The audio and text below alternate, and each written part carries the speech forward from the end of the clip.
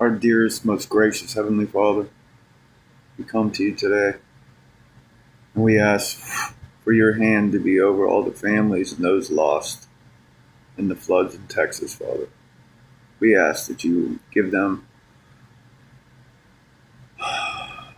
comfort, Father, in this trying time.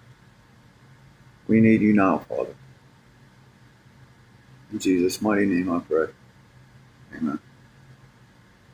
God bless all you guys.